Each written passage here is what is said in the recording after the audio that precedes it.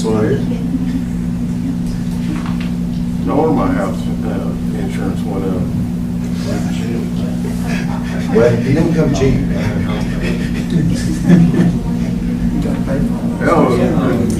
My head went up $450. Bells and whistles are not it.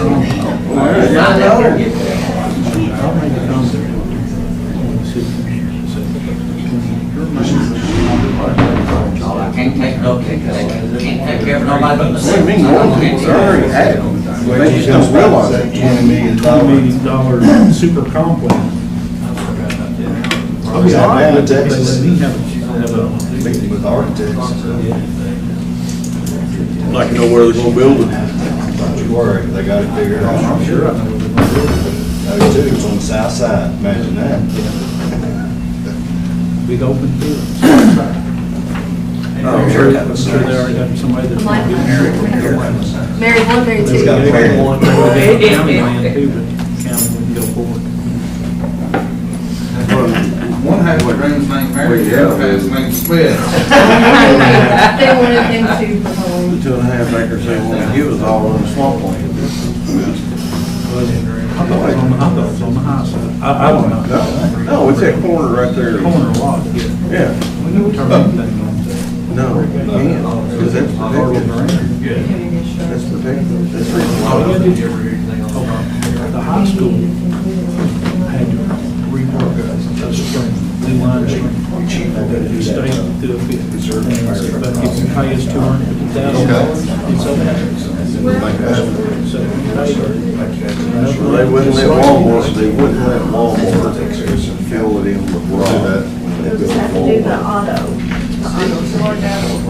Yes, I haven't seen the costume. Who do you think? There you go. Walmart. That's original. I always wanted to be one.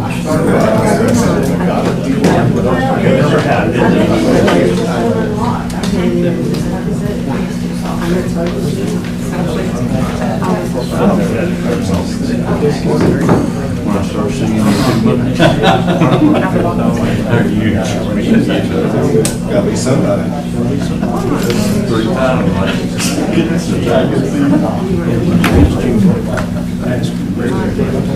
know what you get, you know 100% what you ask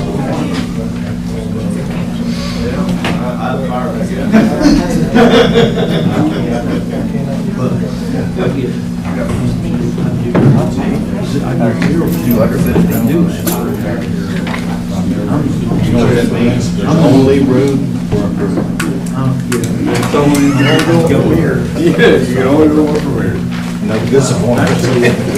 Actually, he's already listed in Guinness Book of World Records. He's been told no on most. We all do. So every time they say no, it just adds to our record. They have to print them.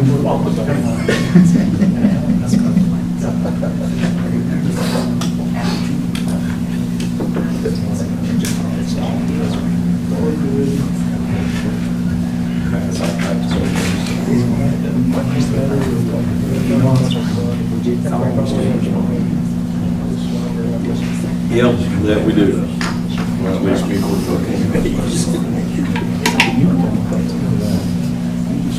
I just go, but it's right. We'll see where we're at. I go down and talk to Frank. See where we're going.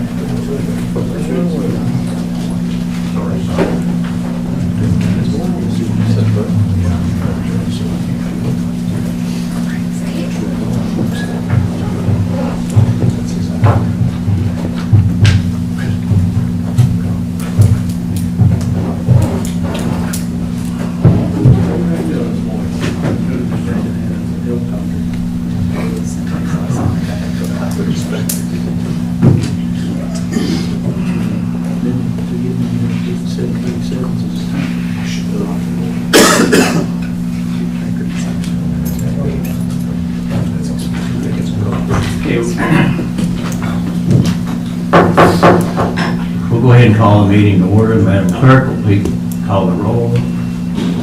Ray Craft. Present. Hesley. Here. Constantopoulos. Present. Blanton. Here. Davis. Present. Miller. Here. And I'd like to welcome Pastor Michael Smith from the Church of Living God to lead us in the invocation, and please remain standing for the pledge. Good morning. Good morning, sir. Heavenly Father, we trust you. Father, we trust this court to do the business of the county. We trust the city commission to do the business of the city. But Father, above that, we trust you. And Father, we ask you to give these servants of the city and the county knowledge and wisdom on how to lead this city and county to do the things that are appropriate for the citizens of Winchester and Clark County, and ultimately to bring you glory. Father, we thank you for your grace and your mercy, and we just ask you to touch this meeting today. Let it bring about the business of the county that will ultimately, again, bring you glory and be good for the citizens of this county. And Father, we will give you praise, and we ask you that everyone under the sound of my voice be ready for that day that Jesus returns. God, thank you for these servants, and we ask you to touch them today in Jesus' name. And everybody said, Amen. I pledge allegiance to the flag of the United States of America and to the republic for which it stands, one nation, under God, indivisible, with liberty and justice for all. Thank you.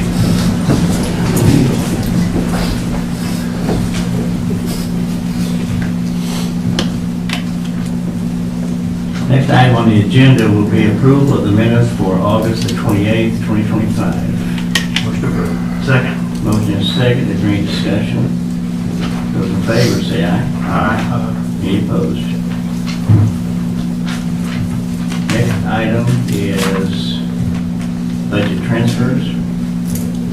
And there's one on the page. Motion approved. Have a motion and a second. Second. Any discussion? Those in favor say aye. Aye. Any opposed? No.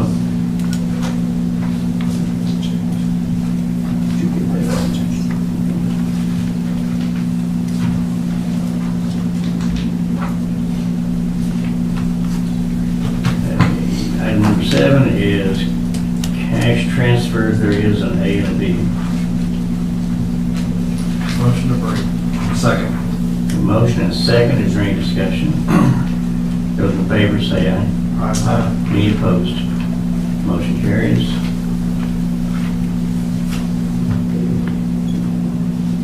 Next item, number 8, will be the bills list.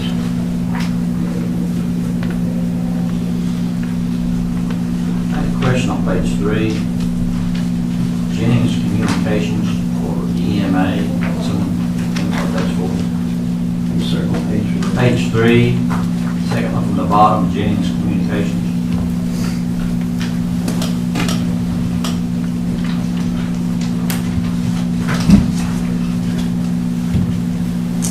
I'm not 100% sure what that one was for.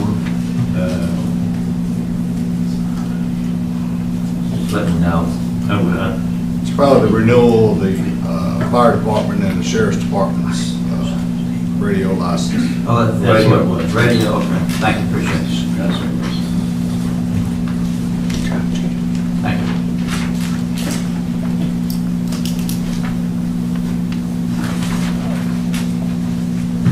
you. Any further discussion?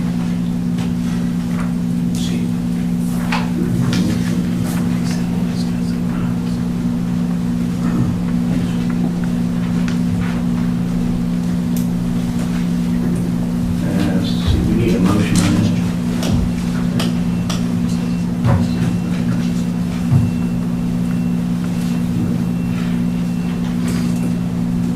Do we have a motion to approve?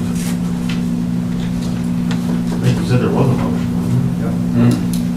I believe so. You just had a question. I had a question, I'd make a motion. I make a motion. Need a motion, is there a second? Second. Second, is there any further discussion?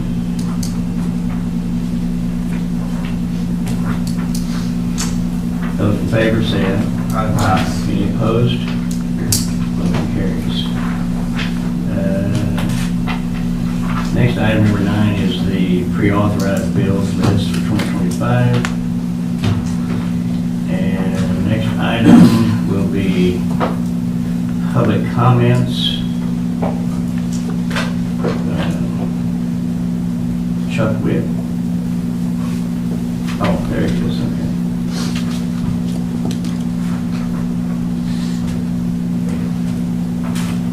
Thanks, Judge. I was a little bit confused about this morning, but Steve kind of filled me in. If I may not put these up here, y'all can pass these around if you want to. They're kind of heavy. Yeah.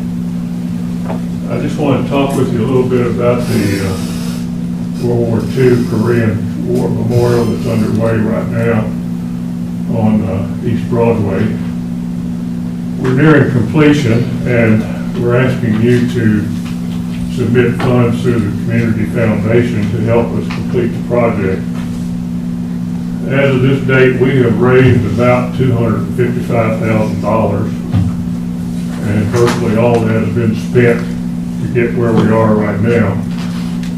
We have about $11,000 in the bank, and anticipate that it will take about $20,000 to $30,000 more to complete the project.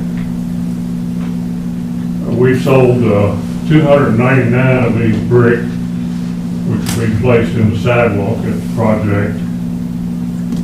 We spent $28,000 for the granite markers that will define each of the 96 Clark County who died during World War II in Korea. We spent $13,000 for 2 granite plaques that go on the end pedestals, which show where each of those individuals died.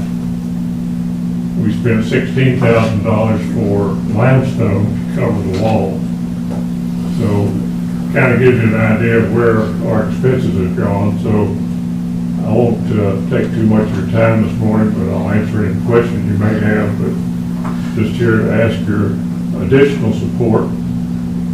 Fiscal court, when this project started about 20 years ago, believe it or not, fiscal court gave us $6,000 at the same time the city commission did.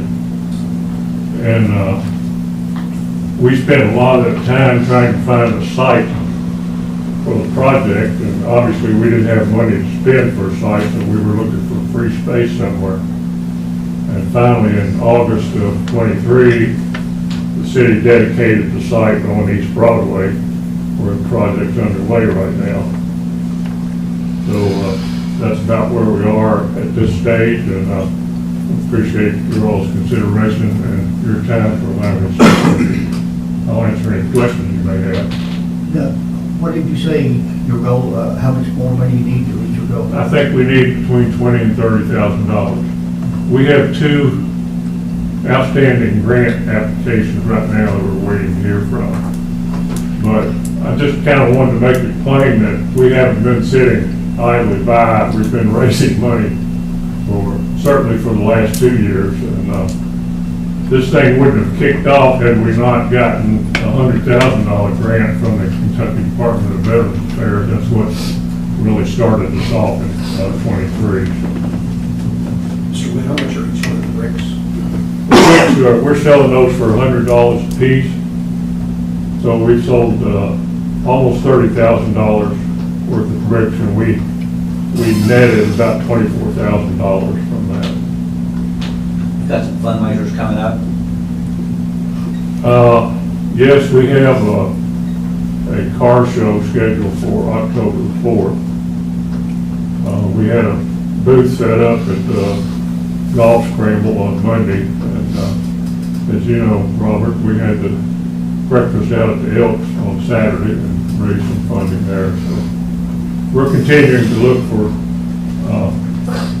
additional funding sources. So you can take individual donations as well. Absolutely. Any money's appreciated, I guess. Yeah, and in fact, thank you for mentioning that. We are proposing at least 2 bronze plaques that will be part of this display, and those plaques will have the names of substantial donors, starting at $1,000 and going over $10,000. So we have a few donors that hit that $10,000 mark. Matter of fact, the school board gave us $10,000 last year. So, you know, we've had some good support. 3 of our banks have donated. We're waiting for 5 or 6 others to respond. We're trying to put a little pressure on them. I talked with Mary, and I was kind of hoping that that fund that we put the surplus money at the end of the community fund process every year, we always ended up with a little bit of surplus. We put that into account, but she informed me that we've kind of been in that account a little bit, and of course we got that $100,000 we got to pay back. But she talked like there was a possibility that we could juggle things around a little bit and make a small donation if the court pleases. There's a process to go through when the application's on. Yeah, but they wouldn't get the money until November to go that route. I'm not gonna have a process set up. I think we need to go by the process for everyone. Y'all know if we got a process, and I know we did the thing last meeting for the Parks and Recreation, but if we got a process, not some projects are good and some are bad. There's a process, and I prefer to stick with the process. Mr. Witt, what's your goal line? What's your date that you're trying to get this completed by? I'm sorry? What's the date you're trying to get this completed by? We're hoping to dedicate this on Veterans Day this year, which will be November the 11th. We have had to cancel 4 dedication dates because we didn't have the funds available last year to dedicate it, so we're really pushing to make this one. And we've got time. We've got about 44 working days to complete the project, which is plenty.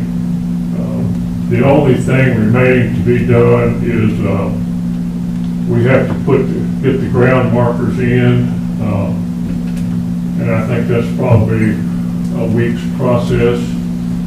And we have to get the walk set in place. That's probably going to take another week or so. So we have the time to do it, but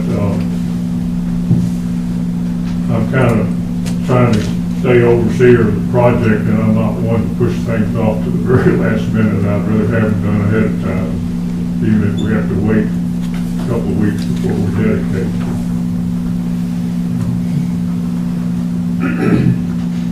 Mr. Wright, you're a veteran also, right? I beg Are you a your- veteran? I'm sorry? Are you a veteran? Yes, I am. Thank you for serving. Thank you. Marine. Yeah.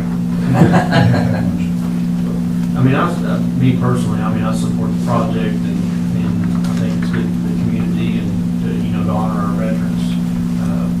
We're kind of in a different situation than we have been in the past with that fund. And I mean, I know you're kind of on a time frame, but we've got to wait until we get that money replenished back in there. We go through the process on this just because of us having to use some of that funding temporarily until we get our tax revenue comes in. So, but, I mean, I fully support the project. Where are we at in taking applications for this year? I'm not on the committee, I don't know. I've not heard or seen anything. I think there's some coming in. Are they starting to come in now? I think so. I know I haven't seen it advertised or published in any place. If we don't put the money back, we can't give any money away, so I'm not seeing any notice of any. Well, I mean, I've heard some comments from individuals that have relayed back to me saying that nobody's getting any money this year. That's not the plan at all.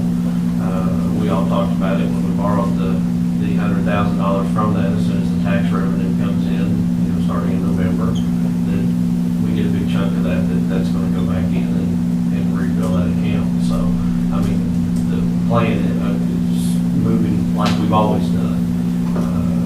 The application process still should be on the website of the county. I think Has that been updated, Ms. Janet? It hasn't, I haven't gotten any information. Don't know what's happening. So we, at the end of this meeting, we can figure that out and get that updated. Well, it looks like we're all in agreement that we'd like to get you some money, and it's just the situation that we're in is we have to do some government, see what we can do. But was hoping to maybe get you something quicker rather Appreciate that. sooner rather than later. I would really appreciate you coming. I would point out, Mr. Witt may be aware of this, I haven't met the gentleman yet, but as you may know, Greater Clark Foundation now has a new CEO. Came to our chamber breakfast last week at Brooks Place. Didn't have an opportunity to introduce myself, but heard a lot of good things about him. I know he has a history with United Way and community oriented. And, I would encourage you all, if you haven't already gotten any kind of funding from Greater Clark, to ask them. They're very well positioned to help financially, if they choose to do so. Is that the one that Haley is involved with? That's the Bluegrass, I think that's the Bluegrass. Okay. Yeah, Greater Clark Foundation was created, after the sale of the hospital. Right. Okay. And they've got an all local board and just hired a new CEO. I think Will Glasscock, Flying Coaches, is the president there. I mean, I can get you the name for the Okay. Bluegrass Foundation, but I can't recall which one's president. I think Will Glasscock might be the president. Clayton was at one time, though. Clayton was last year, year before. And I don't know who chairs I know it was Darren Henry for a while, I think did chair the I think he's still there. Greater Clark Foundation, Stockyards Bank. So I'd encourage you all to reach out to them. Yeah, they have the resources to Yeah, I help. think maybe we got a donation from them last year. I'm not fully up to date on all the contributions we've had. But is that you? It was not me. That's not working. Thank you for coming to us. Maybe that was my cue to end. I would encourage all you individually to feel free to donate. I know my family has bought bricks and made donations and different things, so feel free to reach to your own checkbook. Mr. Witt, I got Darren Henry's phone number. I'll get permission to give it to you if you'd like that. Thank you very much. Thank you. Thank you. Thank you for your time.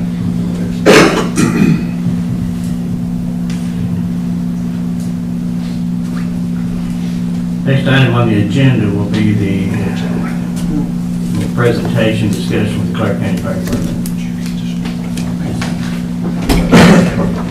Good morning. This is getting to be a habit. I don't necessarily like that. Thank you, Judge, and members of the court for allowing us to give this presentation. I think this should be something that we do a little bit more often. Come in and actually talk about what's going on in the fire department and how we're performing in the community. And I would like to, at some point, get to a place where maybe quarterly, Mayor Chief comes in and we talk about our run stats and things like that. Today, I wanted to give this Chief wanted me to give this presentation about some of the retention problems and recruiting that we have with the fire department and some of the things that kind of play into that. And a little bit about the history of the fire department, Ms. Janet. So currently, we've got 34 personnel. We're fully staffed at this moment. We've got one chief. There's an assistant chief that is not funded, which we are short that position. 2 majors, one's a full-time fire marshal, one is a part-time training major. We've got 3 battalion chiefs. Those guys, the battalion chiefs run the day-to-day operations of the line personnel, the guys that are responding. 3 captains, 1 on each shift, and then 6 lieutenants, 2 on each shift. Captain and lieutenant, they are the company officers for those individual units, and then we've got 18 firefighters. So we have three men on each fire truck. One thing that I don't have in the slide, so NFPA says that a first due structure fire should have 15 men responding to a first due structure fire. Historically, we have never been there. Probably it'll be years and years before we ever get to that point. Right now, today, if we were fully staffed, everybody's on, nobody's taking off, and we got 10 guys. That 15 number, it's very specific because of the amount of work that has to be done on the structure fire. So, but at this moment, we're actually one short due to the assistant chief, but our day-to-day operations, the line guys that are working, we've got 10 and we're fully staffed. We've got one guy that's off, so we run on my shift, we run 9 a day. He's off on long-term injury. He's actually having back surgery the 16th of this month. And he'll probably be out 6 to 8 months is what the doctor's expecting. So a little bit of backstory. How do we get here? How do we fix this? A lot of this is, when I started in the fire service 32 years ago, men come to the fire service to be firemen. Very service oriented. Our whole job, we risk everything to save a life. And our job is to serve the community and serve the people around us and serve each other. And I hate to say, but I think that society in general is losing a lot of that service mentality and the desire to serve fellow man. So some of it's just a cultural thing with what's going on in society today, and part of it is just based on the foundations, what the fire department was established here in Clark County. A little bit of history, I'm not 100% sure of it, but from what I've been told, when the first 2 paid guys were brought onto the Clark County Fire Department, they were brought into the judge's office, and he told the 2 guys, hey, flip a coin, and one of them flipped a coin and called it in the air, and the judge went, you're the chief and you're the assistant chief, and those those were the first 2 paid guys on the Clark County Fire Department. And so from that, we progressed from part-time or volunteers part-time to paid to where we are today. So why is this important? So for a very, very long time, we have constantly chased our tail to try to remain staffed at whatever current level that was. It seems like it's a constant struggle to hire guys, train them, and then it seems in short order a lot of them go on to bigger departments, different things. So it's not something that happened today. It's not something that is the fault of the court. It's not something that's a fault. Part of it's cultural. Part of it is a much bigger picture with departments around us. So this affects morale. Guys are constantly training and they're constantly working to try to take these young men and get them prepared to ride fire trucks and to be efficient on scene. It increases injuries, being short-staffed, working overtime. Fatigue affects all of these things. And it costs a lot of overtime to meet the minimum staffing.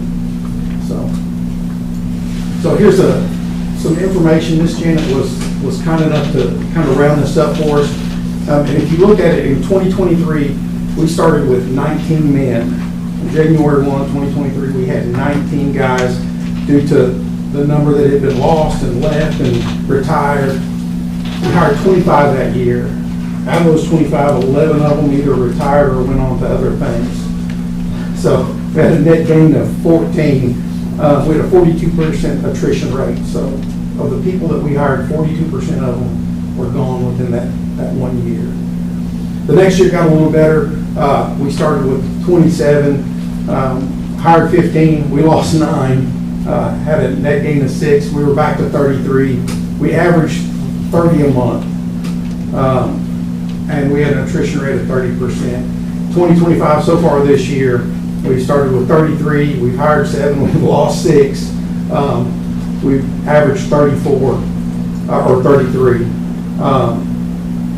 And the 34 number is actually, we had an overhire for a gentleman that's retiring, and he's on leave right now on FMLA. So that's where we get that. We're actually +1, but he's been on leave for FMLA, and he's gone at the end of the month. So how does this affect the budget? Full staffing actually decreases the budget right now. When we look at it, our current pay is on pace with last year with a lot of overtime, trying to do training, trying to get guys in, trying to do all those things. So we reduce that daily overtime burden, which helps the budget. Training new firefighters is costly, very, very, very labor intensive. Most of our trainings, 90% of our trainings isn't a guy standing up there talking. It's hands-on, physical work, and it takes multiple guys for safety, for hands-on instruction, for just overseeing the functions of the training. When we get into something like live fire training, you've got 1 or 2 guys that we're trying to train, and you've got 8 instructors, safety guys, people running the pumps, people. It takes 8 instructors to do training for 1 or 2 guys. So it costs a lot of overtime to get that training accomplished. With full staffing, there's no need for overtime to meet our minimum. So it's been established, our minimum is 8 guys. We feel like that's where we can comfortably operate safely. Having 2 guys on most of our fire trucks, which is woefully inadequate, and causes a bunch of different problems on scene. But 2 guys on a fire truck, 3 guys out at trap, and then a battalion chief. It allows us to operate 8 guys a day. And that's where we set our minimum. We believe that safety is so compromised when you start getting below that it becomes a burden to the firemen and increases their chances of getting hurt or injured. So if we're staffed at our current levels, it allows us to not incur as much overtime. And like I said, the payroll is on track right now, fully staffed, to be less than it was last year. Significant time is invested in new recruits. We run multiple instructors. It's difficult enough to get qualified instructors, and then we run multiple recruit classes because we're constantly hiring, and those guys really get worn out. I mean, to work your 24-hour shift and then stay for 8 or 10 hours and do training and then go home and come back the next day and then go home. So the guys that are qualified to do that training, it takes years and years and years to develop these guys where they're good quality instructors. And that's what we care about. We want these guys to be the best that they can be. I know for me, I had been an instructor for close to 15 years when I was promoted to the training division in Lexington, and tasked with training new recruits and doing continuing education. And we're trying to take guys that are 4 or 5 years, in the service and expect them to make those instructors. So to really develop those guys, it takes a lot of time. Can I ask you a question about training? Do most departments do their own training? No, there is an avenue through the state to send it to the State Fire Academy. The problem with that is it's in Western Kentucky. We give them a car, we send them down there, we pay for them to go, they come back, and I want to be politically correct when I say this. You've got to be trained. The last time we did that, we sent 2 gentlemen down there, we brought them back, and we had to do 8 weeks worth of training so that they would perform at our standard. Does that make sense? Not that the training is substandard, it's a different standard, and they teach on a national curriculum, right? So fire departments are, through NFPA, are supposed to have 16 people, or 15 people on a structure fire, 16 if you've got a ladder truck. That's the way they train those guys. We don't operate that way. We can't operate that way. So we have to retrain them when they come back. So this is what their basic training, to get a guy and put him on a fire truck and just where he can work under basic supervision. It takes him 13 weeks for us to train him. After they get done with that 13 weeks, they're a basic fireman. We send them to EMT school. That's usually 3 to 4 months. After that, we start their hazmat training.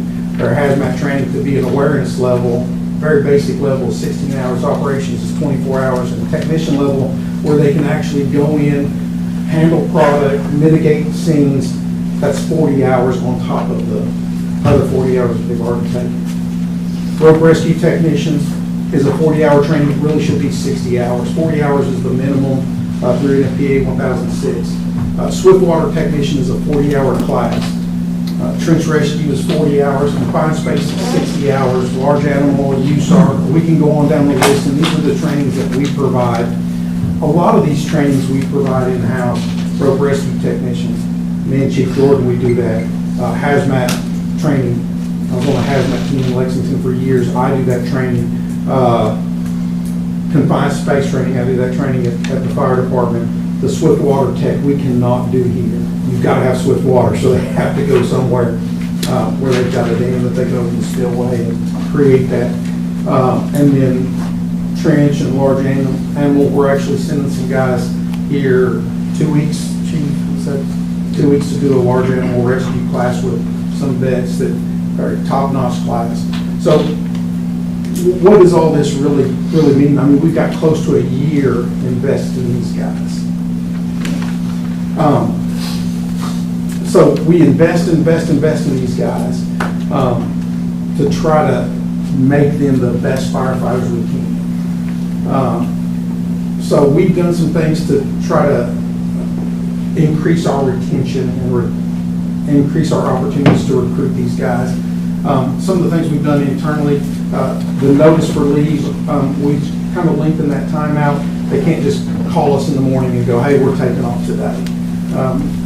They have to give us at least 3 days, a full shift notice, so we can arrange, move guys around, so we can get the trucks covered, minimum staffing without incurring overtime. We reduce the number that we allow to go to outside training, which is a catch-22, right? If we don't allow these guys to go to these outside trainings, and some of them are once a year, it's hard to keep the guys current in their trainings. But if we let all of them go, then we don't have guys to cover the trucks, and we incur overtime. Our minimum staffing at 10 at fully staffed, it allows me to let a guy off on vacation leave. And then if I have a call in, I'm still at my 8, my minimum, and I don't incur any overtime. We've looked at changing the schedule. We're going to start that here the 28th of this month. We're going to move to that 1-3-2-3, and Pastor Blanton, I'm still getting some information. I forgot about you. That's all right. That's all right. It's just been kind of hectic at work. We're doing a lot of this training in-house. And we've got guys that are actually coming in and doing some of this stuff free of charge. Like, they're not charging time to actually do the training for these other gentlemen. Grants, we're looking at any possible grant that we can find. We got the training facilities grant. We built our new burn facility at Station 1. That's a huge advantage. The work that was done on that building was all done except for the staircases and the initial setting of the boxes, right? We had a crane that came in, and one of the gentlemen from the road department came in and was helping us tack boxes when we were stacking them all up. Had a company come in and do the staircases. We felt like those should be done professionally. We got a 40-foot staircase inside of a box. We felt that those should be done professionally. But everything else was done in-house. We did all the labor. I brought in welders with plasma cutters, and we did all the work in-house. And that was huge for us, because we would go to Winchester's Tower to burn, or we would go to Mount Sterling, or we would go to We traveled a lot to get good quality training. Yes, sir. Senator, do we, when you go to another facility or another facility comes here to train, do they pay rent on that, or do they just kind of do it as a, hey, we're just trying to help? Some of it is they come to get good quality training because they know it. And that building, we've got Cynthiana that's been, we've had guys from Paris, Scott County, Bourbon County, who else? Georgetown. We've had multiple agencies come and use our facility because it's not like a lot of facilities. The prefab facility, Winchester's Tower, is great, right? It's phenomenal for certain things. But when you go in to do a live fire training, you go in and you go to the right. And then the next time you go in and you go to the right. And the next time you come in and go to the right. And so it becomes very repetitive, mundane. The guys know the layout of the building. This building is so modular, and Magistrate Miller knows, he's been inside of it. Some of you guys have walked through it. There's 4 separate burn rooms, 2 downstairs, 2 upstairs. We've got 2 internal staircases, 2 external staircases. We can take pallet walls and move them about. So we always keep it new, and we always change the layout so they don't get complacent. And you come in and you go right, you go left, you go upstairs, you go downstairs, you go. And it really is a nice facility for what we've got in it. I think Winchester's was well over $1 million. We've got $90,000 in ours. So, and then one thing we did was the employment contracts, and we might need to revisit those. I don't think they're quite sufficient. I think we maybe need to look at increasing the term on those and maybe the amount of money, because it is very labor intensive. We've started coding training different in our emergency reporting system, not in our payroll system, but we're trying to track training and to see how much actual dollars we spend on training on hours, so we can get a better idea of what that contract should look like in reality. All right, what else can we do? Some of the things that I think would be great, if we could get a couple gentlemen. We've got 3 guys. We've got 1 on each shift, young guys that work out all the time, that are in great shape, that I think we could develop a wellness program, send them to be peer support guys that can facilitate training for the shifts. They come up with wellness plans, they come out with workouts, they come out with things to make the department healthier. As we do this, if you're healthy, if you're flexible, if you're in good shape, it reduces workplace injuries, sick leave, all kinds of stuff. A lot of departments do this. They have these programs and these guys that develop this stuff to make their departments healthier. I think that's something that we could look at. There would be a cost up front to train these guys, but I think in the long run it would be worth it. Chief Asbury started a chaplain program. That guy has retired. I think we need to get that program going back up again. It would be a gentleman on the department, somebody that can confidentially meet with guys, talk with them, and that program could encompass anything from stress reduction programs, financial planning, mental well-being, which would all affect performance, guys' mental well-being. And then lastly, higher lateral employees, which isn't as easy as it sounds. So what does all this mean? We make our employees very, very valuable to other departments. We take a guy, and at the end of a year, once they come off probation, they've got a ton of certifications, they've got a ton of qualifications, and they can run the most departments and throw in an application and get a job, and they look at them and they go, we don't even have to hire them, we don't even have to train them, we don't have to do anything with them. We'll do an orientation with them and we'll stick them on a fire truck. Right? And we've spent a year training these guys to get them under. So what are other departments doing? So I got a packet that the chief sent out to all you guys, and I can go through these pretty quick. Just to kind of give you guys an idea. So Versailles Fire Department, that's a part-time, these are all hiring ads that different departments put out. Versailles part-time, they're paying $15 to $20 an hour. Dry Ridge Fire Department, part-time, $16.50 to $21.53. Penner Pittsburgh, one of the lower places, their part-time is $14 an hour. Shelbyville, part-time, $18 an hour. Union Fire Department, $15.52 to start.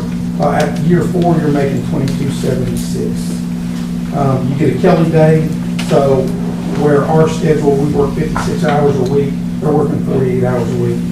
Kelly Day is basically your long week where you work 3 days. One of those days you get a mandatory, or you get a free vacation day. So you only have to work 2 days a week every time. Berea, one of the other lower places, they start out at $14.35, but after your year, they're $15.86. You get certification pays, so you get extra money for EMT, extra money for confined space, hazmat, right? They're $15.86. Frankfurt is $16.34, plus the first year they give you a 24% 401k match. Georgetown Fire Department, $16.63, free family insurance, a cell phone, and lateral pay.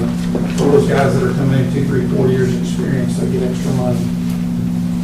St. Matthews, $16.22, they're at $24.72. They work 1 day, all 3.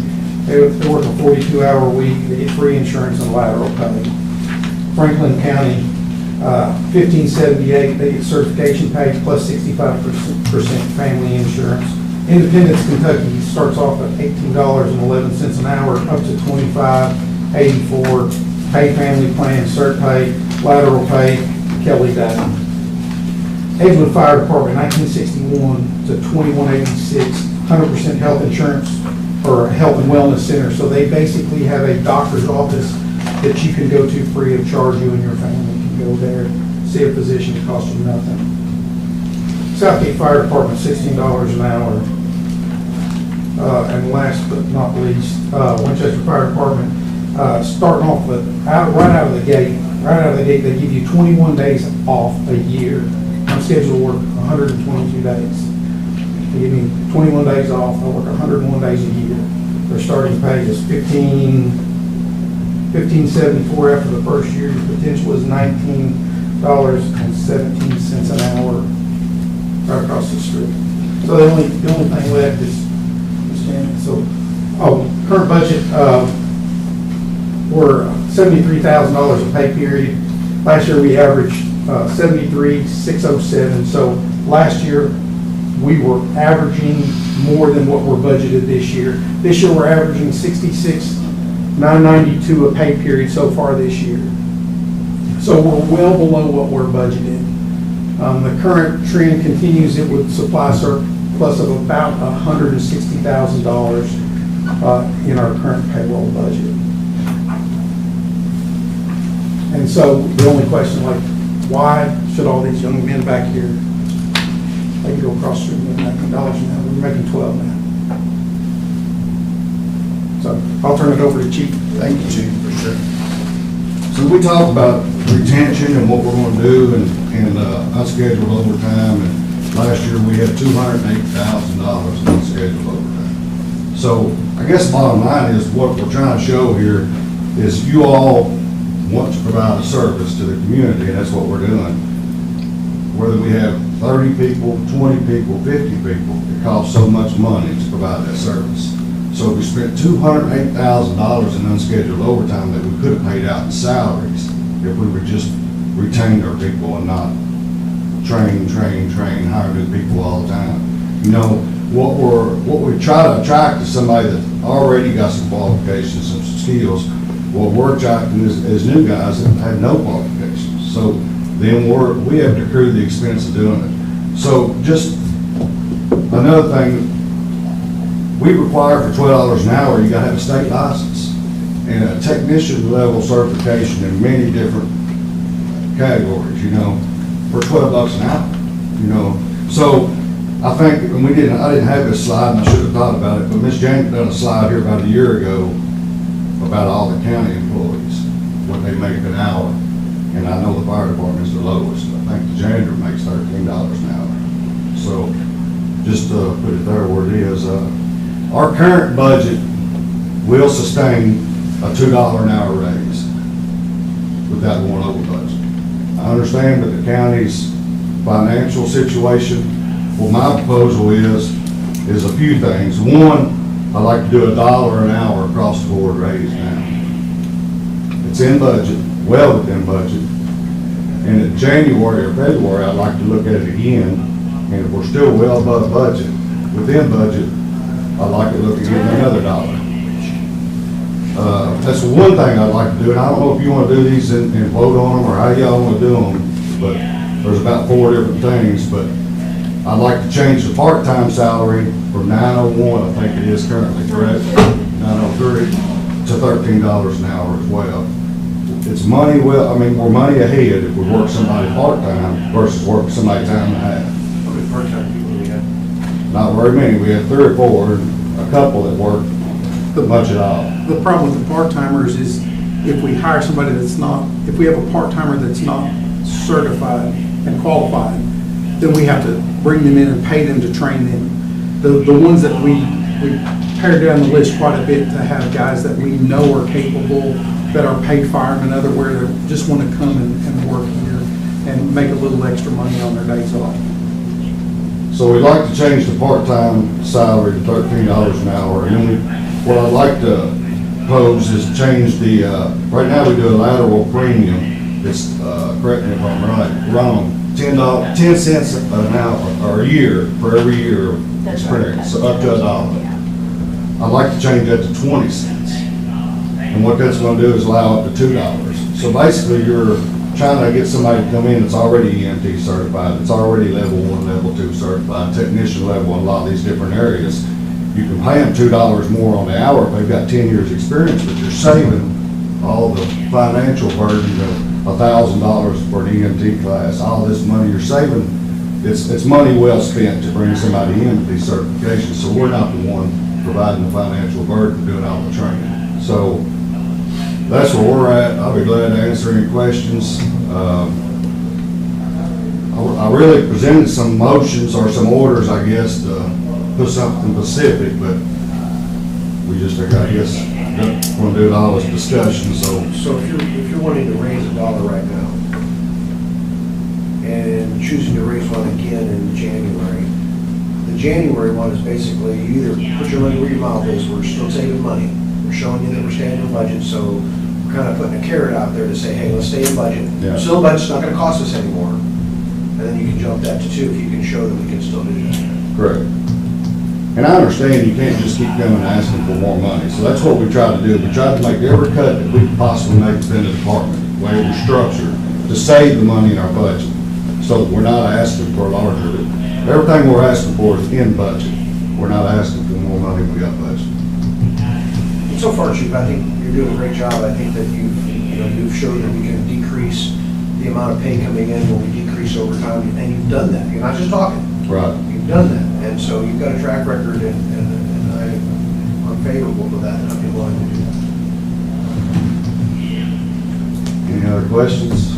So how much over the last 5 years has overall fire department budget increased? Do you have any idea? I couldn't tell you right offhand. I can certainly get you that information.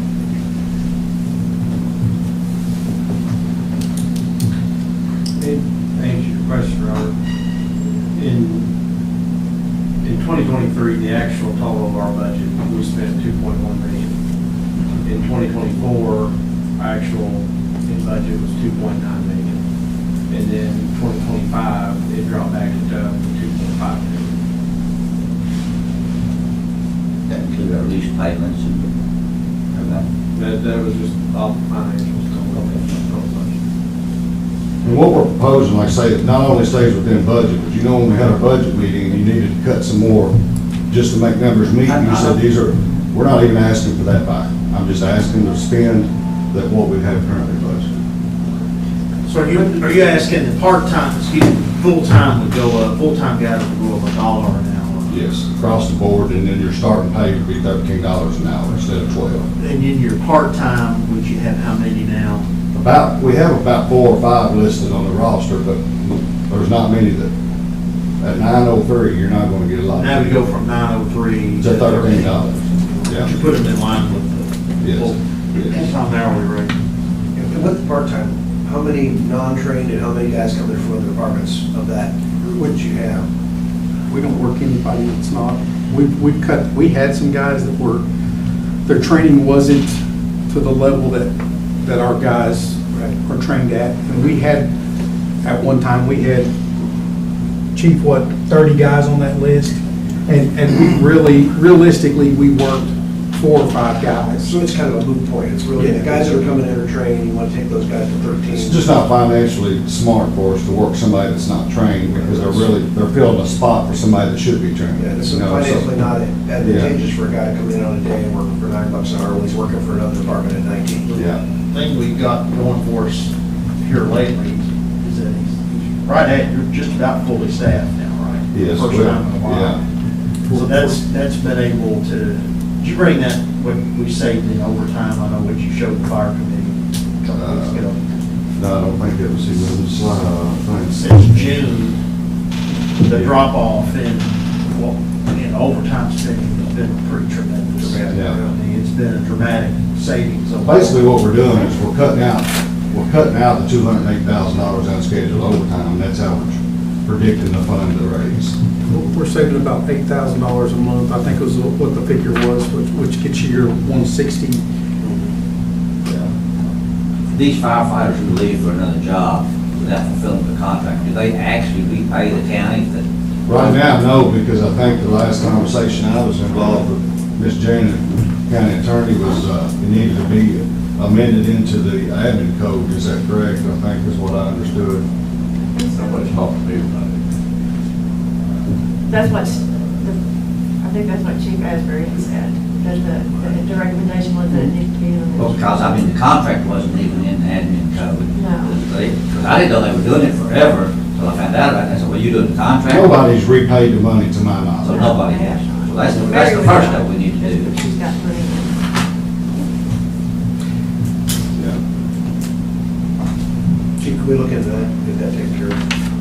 We can, that'll have to come through the modification of the admin code. Yeah, also. and that goes back to changing the pay rates too. Is that not an admin code adjustment change? Judge, are you okay with both of those?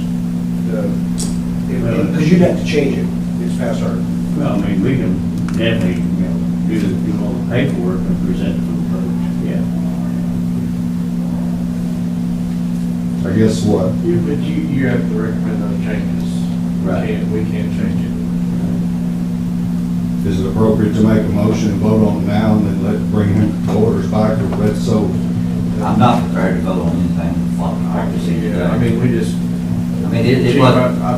the information, I appreciate you providing this information now, but I mean, we had nothing in the packet that says we're going to be voting on it in the budget and so forth where we're at now.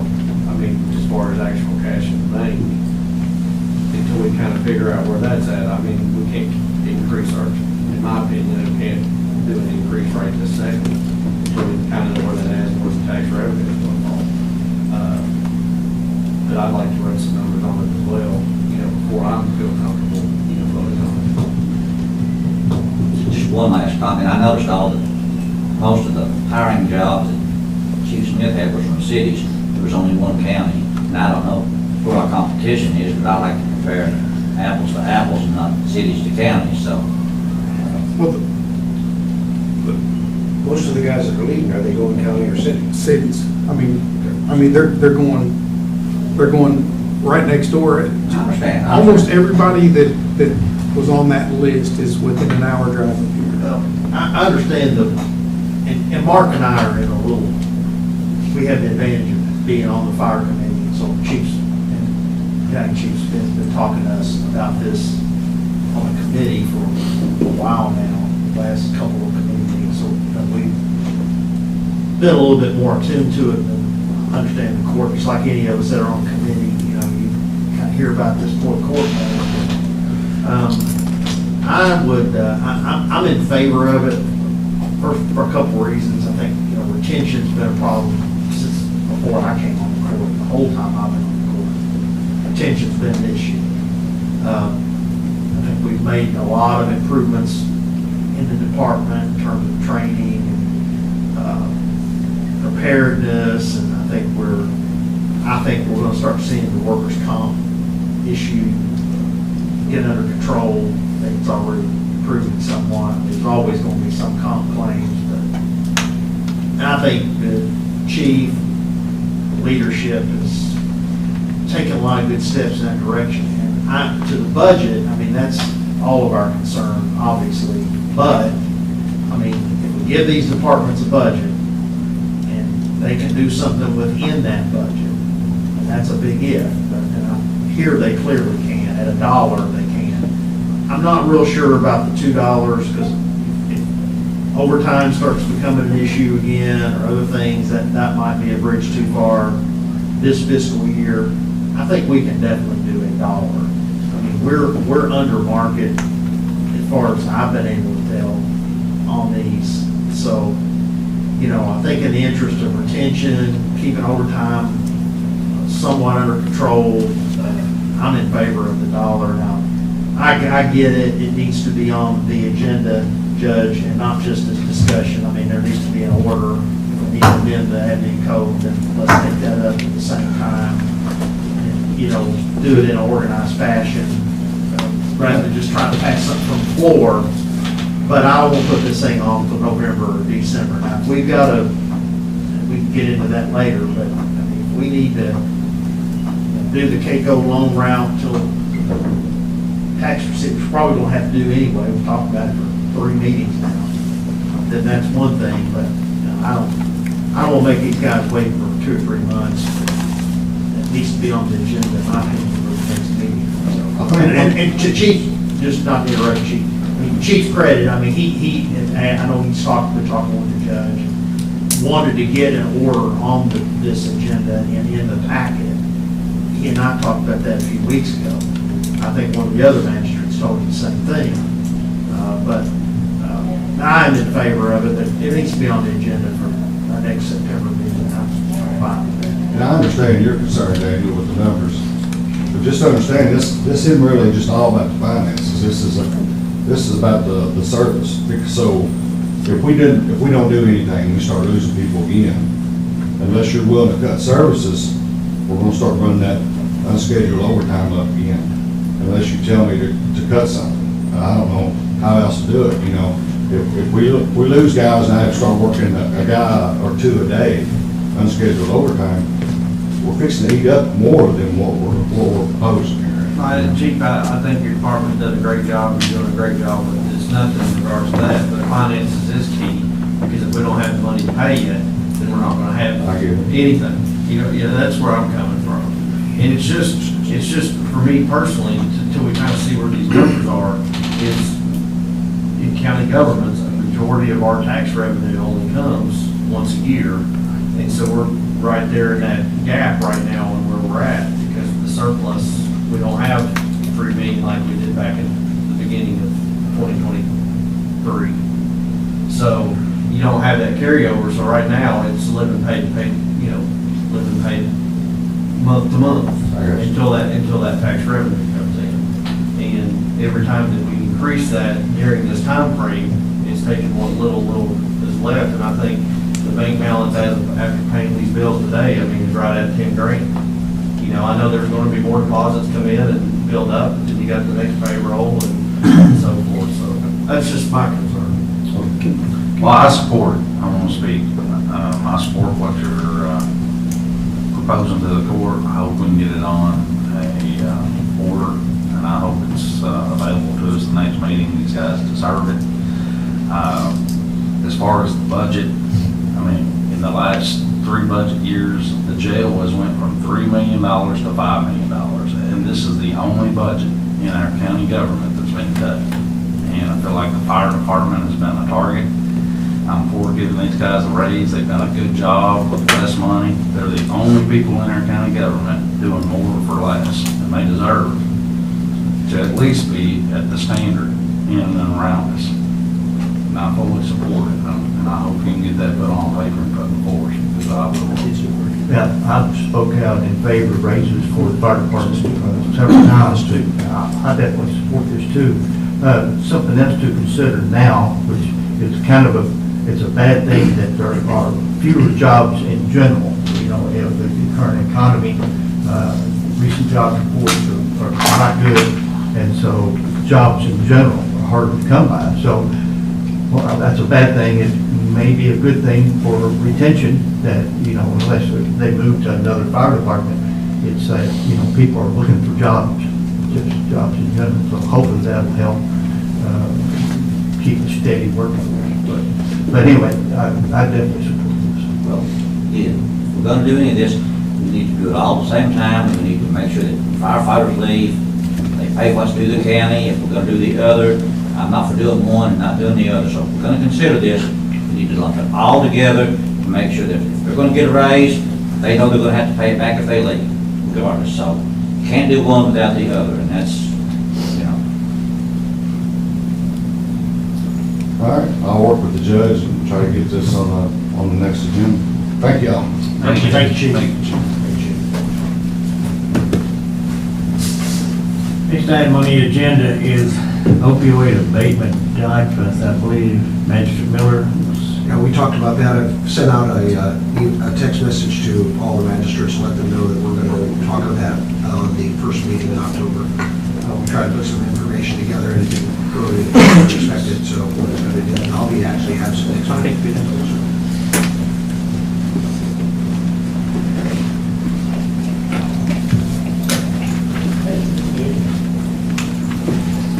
Next item is 11C.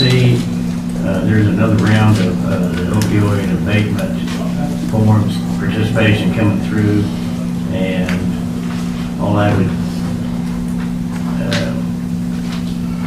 just need to be just a motion to approve allowing the judge executives to sign on the. So we have someone. Second. Who was the first one? Is this the same pool of money that we've been in before? This is actually, I think, a different one. Different pool. This is part of what they call the Sackler and they refer to the GA. I call it the group of 8. Okay. It's 8 different, and this group is referred to as secondary manufacturers of this. Second group of pharmaceutical manufacturers. Yeah. I just call it the group of 8. It's GA. Any idea how much money would be available? No, sir, do not. I think the Sackler, that's the family that owned Purdue Pharma. I think that's the settlement with the family itself, I think. Might be. But they actually And there might have been. But they said bankruptcy. no, worth about $10 billion. Is that it? I think so. Any further discussion? Those in favor say aye. Aye. Any opposed?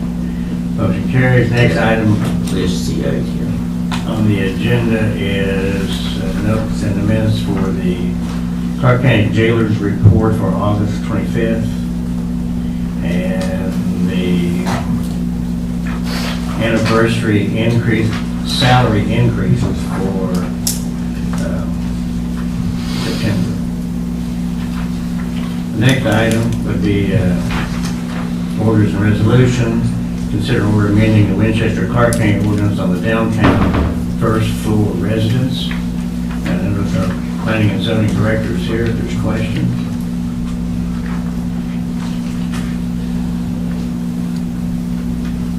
Rob, would you want to just highlight this a little, or? I guess real quick. How did this originate? It originated from the Main Street Winchester program. We don't have a Main Street Winchester program. I know. I understand that, as we do not have one right now. But how it originated was when it was around. They, for years have wanted something in the books for to take care of the first floor residential. And I would say that some of them on that board wanted to do away with all first floor residential. But I didn't think that was fair and that was right. As I was explaining to to some already that in today's day and age, when it comes to how we buy things, where we buy things, a lot of that is done online. And so we're seeing a lot of storefronts vacant. And so rather than seeing them empty, let's see how we can reuse them. And some local governments allow for residential all on the first floor. In this case, I understand where they want to keep the storefronts. And this is kind of a happy medium where we can meet and have a percentage of the first floor used for residential, and a percentage of the first floor still used for storefronts. And so that's the kind of background or history briefly of how this came to be. This is for B2. How about all the houses that are in B2 already that have residential? Those be grandfathered in. Doesn't say that. I mean, Derek Hood spending a bunch of money on what used to be a doctor's office, a dentist office, and he's, you know, that's good use of that property. Yeah. So all residential structures are of course grandfathered in. I think that goes without saying when it comes to planning and zoning and case law, is that anything that has been used for residential purposes for over 10 years without any violation or any adverse action against it, then it would be remaining as. But this is making them non-conforming. Why would we want to do that? Well, again. Seems to me like it'd be just as easy, just if you have an just to include it in the language. We could, but based on case law, it's a moot point. I mean, it's, you know, you know better than most. You've done my job for most of your career, and planning and zoning allows for grandfathered uses as KRS defines that. And whenever a use is in place for more than 10 years, it's considered grandfathered, and they continue to use that even if it's vacant for, say, 9-8 months. It has to be vacant for over 12 months in order to lose that grandfather clause. But again, that's not based on zoning ordinance, that's based on protected by statutes, which would trump zoning ordinances. So with the current state of a lot of these buildings downtown, we've had 2 fall in. One of the property owners essentially gave it away for somebody to clean up for ownership. We already have regulations for the outside, right? Yes, there is design standards in place for the downtown business district. And like I said, we've had 2 fall down, we've got some condemned. How is the government reaching in and telling them what they can do on the inside going to stop that deterioration of the buildings? I mean, just because we tell them that it has to be business, that doesn't bring the businesses to those buildings. It doesn't, if they're condemned, it doesn't do anything to stop or prevent that. I mean, to me, if we're already telling them what they can do on the outside, I'm not for sure that our regulations are working for what our goals probably are to preserve the downtown. Why are we reaching in and telling them what they can do on the inside? I mean, if it's an owner of that building and the only way he could save the building is for residential, I just don't understand why we're reaching in and limiting. We're already protecting the outside and what it looks like. You know, I guess tell me why we're going to the inside of it. Well, you know, again, give that brief history about, you know, where it derived from. I didn't include that in the past year or so. Local government asked me to bring it back up with the planning commission and to entertain a motion for a text amendment. Again, some I think would want a text amendment to outlaw it altogether, you know, to prohibit it altogether. I think this is a happy medium. The 50% came about during public hearing, and sometimes it's lower than that, you know, where they can use more of the first floor as residential, but just keep the storefronts. And but based on public hearing, you know, with the planning commission and the public being there to speak on, we came to a 50% where it says, sorry, the front commercial / professional unit shall be either a minimum of 200 square feet in size or 50% of the floor area, whichever is greater. And so it gives them, you know, if 50% of the floor area is less than 200, they can still have up to 200 square feet. But yeah, I understand, you know, I mean, a lot of things I think it's good to let the market kind of run itself. Yeah, you know, if first floor is more reasonable for that particular location, then, you know, but in this case, I feel like with our downtown business district, it was built with the intent that the first floors would be used for storefronts, especially the what faces Main Street. And so I can see where having some reasonable regulations in place to continue to keep that look of our downtown business district storefronts, but also see the back portions of the property, have an option for first floor residential. So I think we're moving in a better light than what we would if we wanted to prohibit it altogether. Could you give me a copy of whatever was acted upon by Main Street, Winchester to request this? It would be in an email if I could find it, like I don't. I don't think they ever took any action on it. I think it was discussed. It was discussed on a But number there of was occasions. never any yes. action taken on by Main Street, Winchester. Like I said, I don't know if I can find you a document from Main Street Winchester saying they're requesting this. I know a lot of the members have discussed it and have wanted me to bring it to the planning commission. I don't know if there's been an official action by the group. I will say I can provide you with a statement from the city manager who requested it to be brought before the planning commission if you'd like that. Well, I'm gonna vote no because I don't think it ever happened. I've still got issues with the existing residences that exist. And I think that language ought to be included to exempt those. I have a couple of questions. Okay. Judge. Rob, for my own benefit and the public's as well, is it, and I may be misspeaking here, and you're the expert on this, not me, but isn't it a general principle of planning and zoning that if a property is zoned a certain way,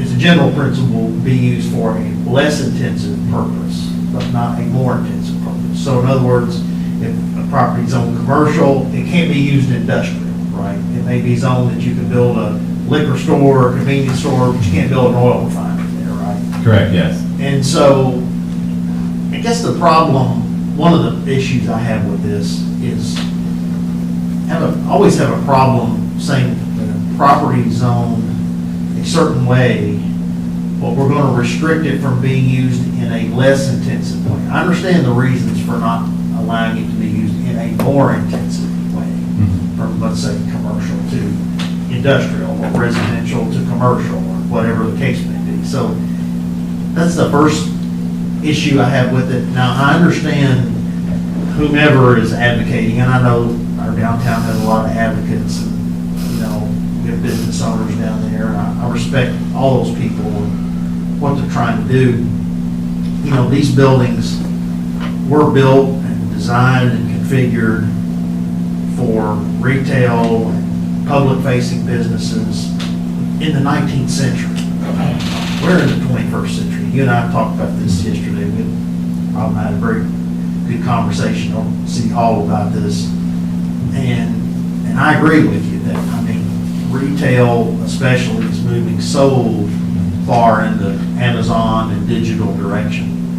It's a sea change from even just when I was a kid, coming downtown with my mother, going into Belk's or one of these other stores that are all now long gone. And while I respect anybody that can take one of those spaces and make a living in it, I think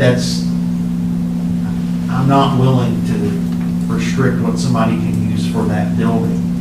I'm just thankful that the building's being used and maintained. And I don't have a problem with the design standards. I know it's a historic area, but I think telling somebody, because what I fear is going to happen is in the next 10, 15 years, we're going to look down and you may have people living upstairs in apartments in the back of these buildings, and you got a bunch of empty storefronts. I hope that doesn't happen. Right. But that's sort of the trend over the last 25, 30 years in these downtowns.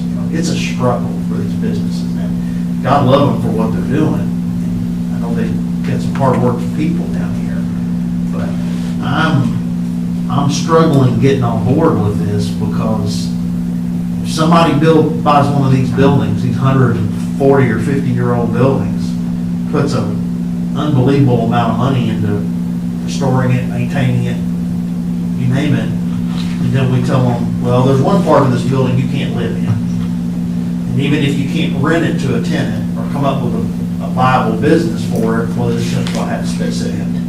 Because that's going to be the realistic alternative here. You're going to have 50% of that first floor potentially sitting empty, because we won't allow somebody to live in. When we're looking at a 19th century model, And I just don't, I can't get on board with that. I hope you understand. Yeah. I respect the time you put into it and the reasons why people want that, Yeah. but. If I could just read so that everyone in the room can understand kind of what we're reviewing. And so in a B2 downtown business district, it says those uses permitted and as regulated in a neighborhood business district. So those are like what you said, that lesser use would be permitted in this business district. So hotels, motels, motor hotels, theaters, billiard parlors, bowling alleys, and similar indoor amusement enterprises. And then where it says multifamily dwellings, we would cross that out and put dwellings as per Article 6.125 below. And so you would look below, and you would see 6.125, and you would see dwellings. Residential dwellings, units may be located on the first floor / story of a building within a B2 zone, provided all the following applies.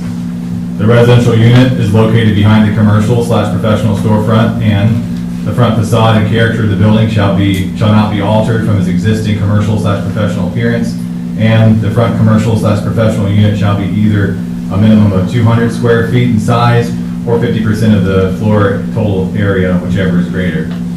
And so, again, all of this language isn't exactly coming from me. Again, I proposed something to the planning commission, and through public hearing, it's been altered. It's been brought to the city or the planning commission attorney to look at, specifically number 3 there, where it talks about the percentage of the floor space. And so that came about through public hearing. I think the most important thing for our B2 district is to make sure that the facades and the storefronts continue to look and feel like our downtown. That space that has design standards in place already, so that we can protect that look and feel that energy of our downtown. You know, when it comes to the percentage of that floor space or that floor that needs to be commercial, professional, or residential, that can continue to be up for debate. I feel like, you know, our zoning ordinances are never perfect. It's a never perfect document, but we try our best to make it near perfect. And so we can start with a certain percentage, and then 6 months to a year, we realize, oh, well, that was probably not the best move. Maybe we need to adjust that a little bit to allow for more residential on our first floors. And that's normal. That's normal. Same thing can be said about the next one for 8.6. We do our best to make sure and, you know, make it in line with the current statute that just took place, and then 6 months to a year from now, we may need to adjust it. You know, I can agree with the storefronts, but again, this is confusing, again, to me anyway, because it doesn't even address dwellings on the second floor. It says may be located on the first floor. It doesn't say anything about other dwellings on other floors. So if the intent was to protect storefronts, in my opinion, which isn't worthless most of the time, there's a better way of doing it than trying to address it through dwellings.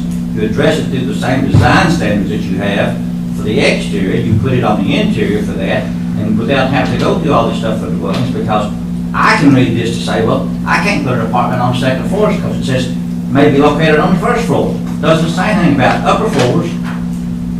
So to me, it's confusing. I can see you have that interpretation. I'm for the idea of protecting the storefronts, but this isn't the right way of doing it, in my opinion, because it's still, you've got all these existing dwellings that you say will be non-conforming. We're going to make them non-conforming. It doesn't say anything about second floor, third floor. It just says first floor. So a good attorney, and I'm not an attorney, you go, I can't do that because it just says first floor. So again, I think it's a good idea. I think it needs to be done a different way, and I'm for protecting the storefronts. Don't get me wrong, but I don't think this is the right way of doing it. I can see where you take that interpretation about what about our second or third floor. Again, everybody has a story on it, and everybody has an interpretation. It is permitted on the second and third floor, not, But there's no doesn't say question or that. doubt about that, but I can see where you have that, and Doesn't say where clarification would be better Doesn't say for the upper floors. And Rob, I want to reiterate, I appreciate the compromise you're trying to come up with. I'm not really concerned on, you know, how it originated, and I'm not really having a problem with how it's drafted. It's the end result for me that I can't get there because, again, when you start restricting a less intensive use, I mean, and by the way, I think there's going to be a market for some retail. And if I think most of these building owners would prefer to rent that probably the entire first floor to a business, public-facing business, if possible. But my point is that may not be possible with some of these buildings. I dare say it won't be possible. So I have a hard time putting those handcuffs on a property owner who may otherwise be compliant with design standards and the look and feel and appearance that we want downtown, that he just may not be able to get there with being able to consistently rent it out for retail on that first floor, 50% of the front of the building. But I think I understand the compromise. I respect the work put into this. Appreciate it. And I think market forces are going to have to decide this one. I want to be sure I'm clear on this. It said permitted uses, hotels, motels, and motor hotels. What about Airbnb, bed and breakfast, things like that? So right now, the only way we can handle that is through condition, in our downtown district it's different, but in our agriculture districts or residential districts, they're conditional uses for bed and breakfasts. Currently, a bed and breakfast would be permitted in a downtown business district. Could be logical. And so, yeah, but I will say that right now our planning commission is looking into our zoning ordinance as a whole and are reading through it, and we're making adjustments to it as needed, and then we'll bring those adjustments to the planning commission for a public hearing. We had to, and that's, as we were in the middle of that's when the city was like, hey, also make sure you take care of this, because it's been a talking point for a number of years. But I will say from what I'm hearing today, I can see where some can make the interpretation about, well, what about the upper floors? Are they permitted on upper floors? So we may need to clarify that, because they are permitted on upper floors. We don't want to. I know they are, I know. But if we're not familiar, say if somebody wasn't familiar with our ordinance or what's permitted, then I can see where that interpretation could be taken. So I feel like that's an adjustment that is reasonable and I think we can make. The other thing I'm hearing is about the percentage of the first floor, and how much we really should try to regulate what needs to be residential, what needs to be commercial, and maybe let the market kind of drive that. So, I'm fine with bringing this back to the planning commission to take care of those two topics if you'd like. If there's any recommendations you want to give the planning commission, I can forward those. Well, you heard what I said, so. Yeah, so. If you want to put that in writing, I'll be glad to. If not, you can just take it right to them. Yeah, so and what that was about the upper floors and also the existing residential structures and uses. And then making sure that. And again, I would prefer that they look at doing it another way besides addressing it through dwellings, as opposed to addressing it through the design standard when they get a permit to convert it to a certificate of occupancy. Yeah. But that would be my preference. But absent that, those two changes would make me feel a lot better.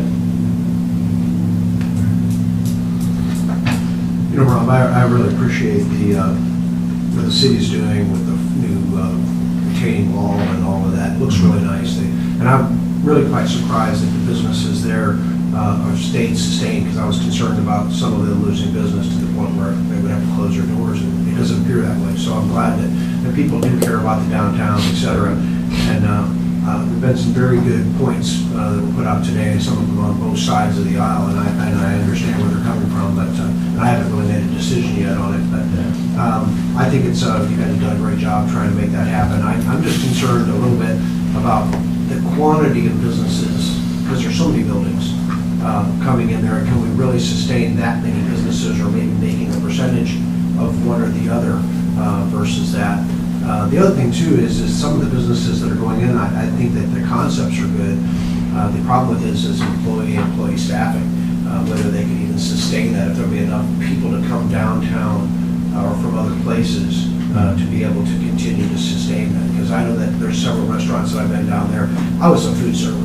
I grew up in a different era where service meant service, where tips meant to ensure prompt service. And I'm now having to pay higher tips for shoddy service and not even quantity of food or quality of food. So it's really difficult for me to say, hey, I want to support my businesses. So even with that thought process, how they're going to sustain, people are just having to put up with it and take it because it's in the town. Those are some things that need to be considered to keep those businesses thriving down there, so that people would come down there more. Because if more people come downtown for the businesses, more people are going to come putting in businesses in.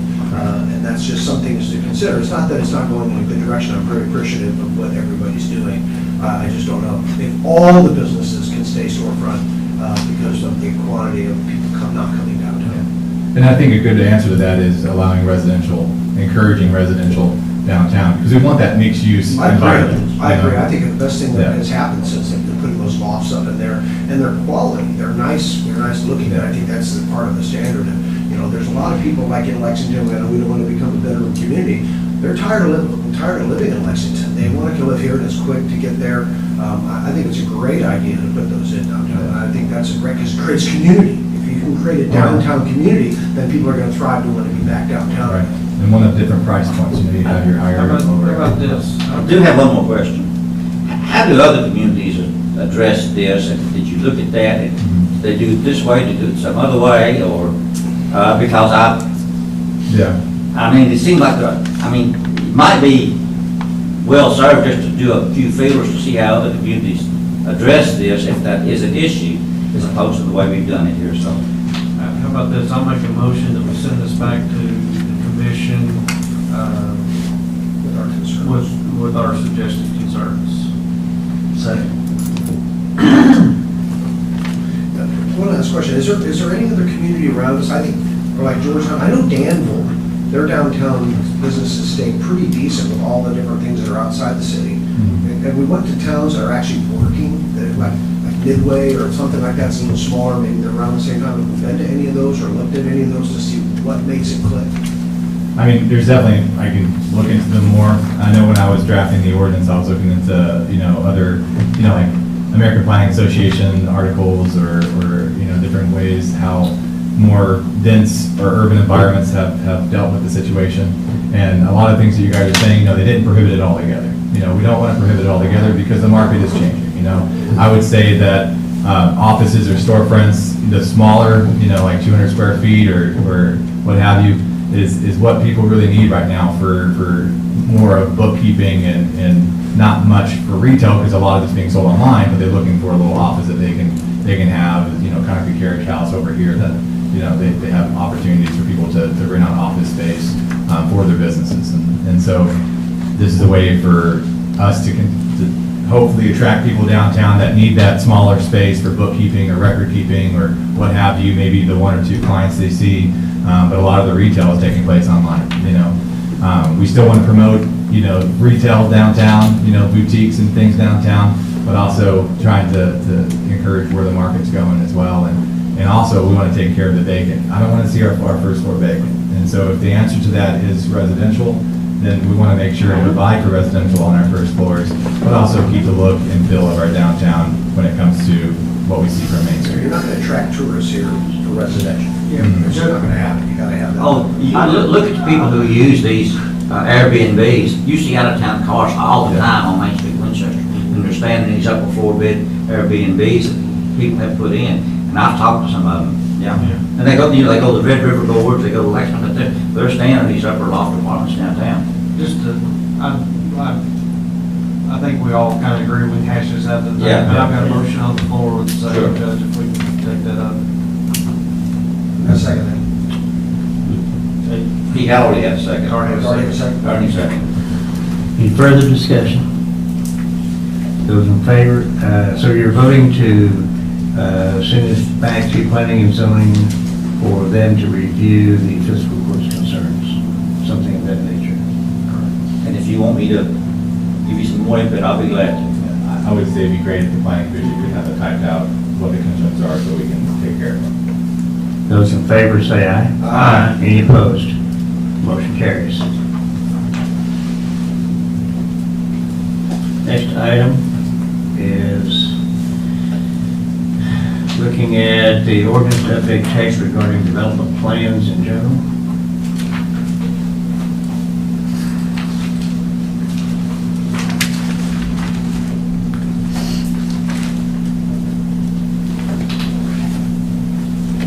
You want to explain that, Rob, Yeah. before we make a motion?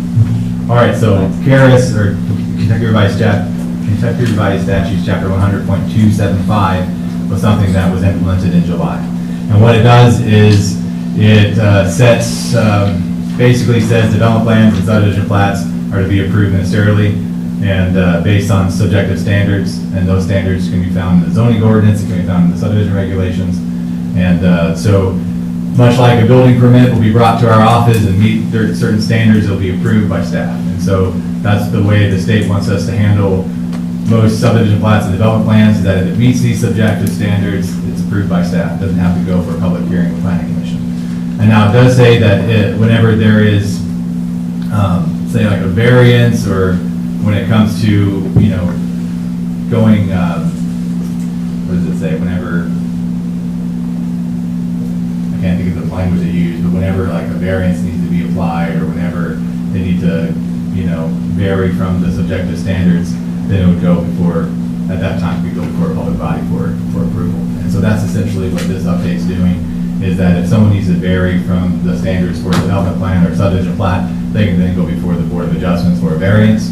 Whenever a plat or plan is submitted alongside a zone map amendment, then it would be reviewed and tentatively approved, but the approval would be based on how the zone map amendment goes with the planning commission.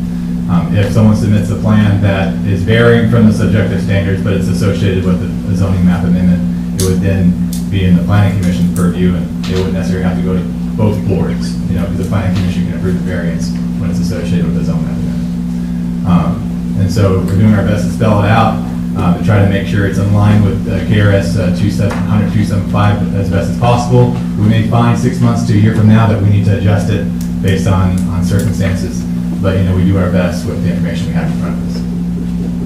Is this a whole new section, 2.275, or is this just? 0.275 It's a completely new section? Yes. Okay. And it says, the second bullet point says, may allow for discretion to be applied. That's what I was looking for, discretion. That's, So, go ahead. No, that's the term I was trying to think of, but, basically when someone is varying from the subjective standard, so discretion, based on, they're not meeting that 25-foot setback or that 35-foot setback, and discretion needs to be applied for approval, then it goes before the Board of Adjustments for that discretion to be applied. okay, suppose, just playing devil's advocate here for a minute, which I like to do. Suppose staff approves something, or doesn't approve something, they either approve it or deny it.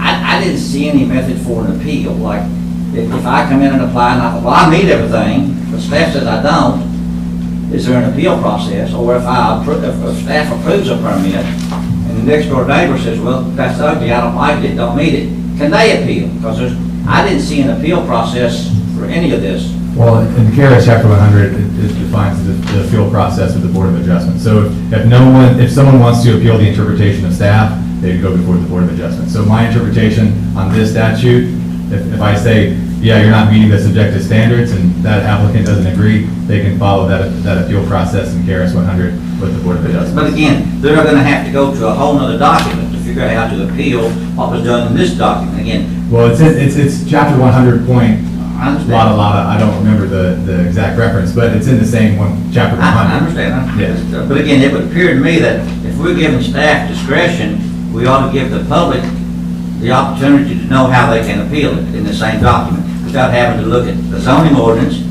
the subdivision regulations, and then go over to KRS 100. It seemed to me like if we're going to allow this discretion, and someone feels aggrieved by it, they ought to be able to look at one document and say, well, this is the process. Again, that's just. Yeah, I mean. Again, I see what our legislatures have done. They've apparently, again, to me, I like transparency. Some people don't. But again, before you would have had to have a hearing on any of this. So this transparency goes away if they apply to the office.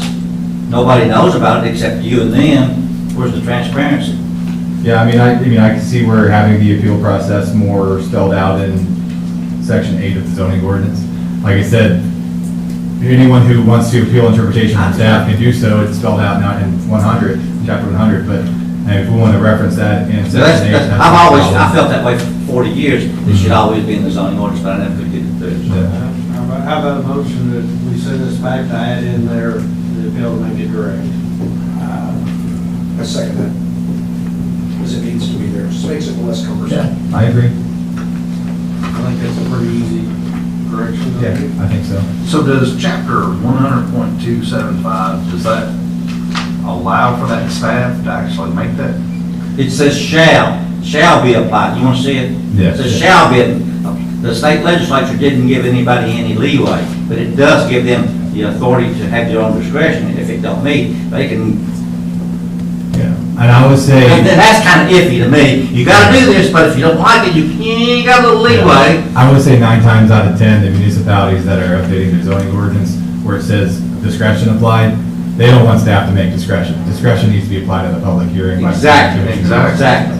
And that was So, why I brought that yeah. discretionary part up. And so that's how we update, that's what the update will do in 8.6 is give that discretion to the Board of Adjustments or the Planning Commission to make, not staff. So Rob, does this eliminate public hearings totally? No, it doesn't eliminate it totally. What it does, and honestly, what I've been doing since I've started here is that if you read our zoning ordinance without this update, it says that a development plan is only required in cases of a zone map amendment or when there's more than one principal structure on a lot or parcel. And so if someone took a vacant lot and proposed one building on it, and they're meeting the parking regulations, the landscaping regulations, the setback regulations, all the standards in place, then I would just require a site plan. And if the site plan meets it, then I would always approve it. It would go to technical review to make sure. They could start building before anyone even. So, I mean, honestly, we've almost been doing this before the statute, but now basically this will do away with most of the site plans, and it would require a development plan in all cases. So even if they're just building one principal structure on a lot, they still have to submit a development plan, but that plan is going to be reviewed by staff. If it's found to meet all the standards, staff will approve it. If they need a variance, if it's associated with a zone map amendment, they will still have their public hearings. But most of them are gonna come in with a zoning map amendment. Yeah. And so they could, when applying for a zone map amendment, they submit that development plan. It could be a preliminary development plan, and it could meet all the requirements for that proposed zone. So I would preliminarily approve it based on how the zone map amendment goes. If the zone map amendment fails, I won't approve the development plan. So no public comments on that? Unless there's discretion that needs to be applied. And they ask for An appeal. plan of review.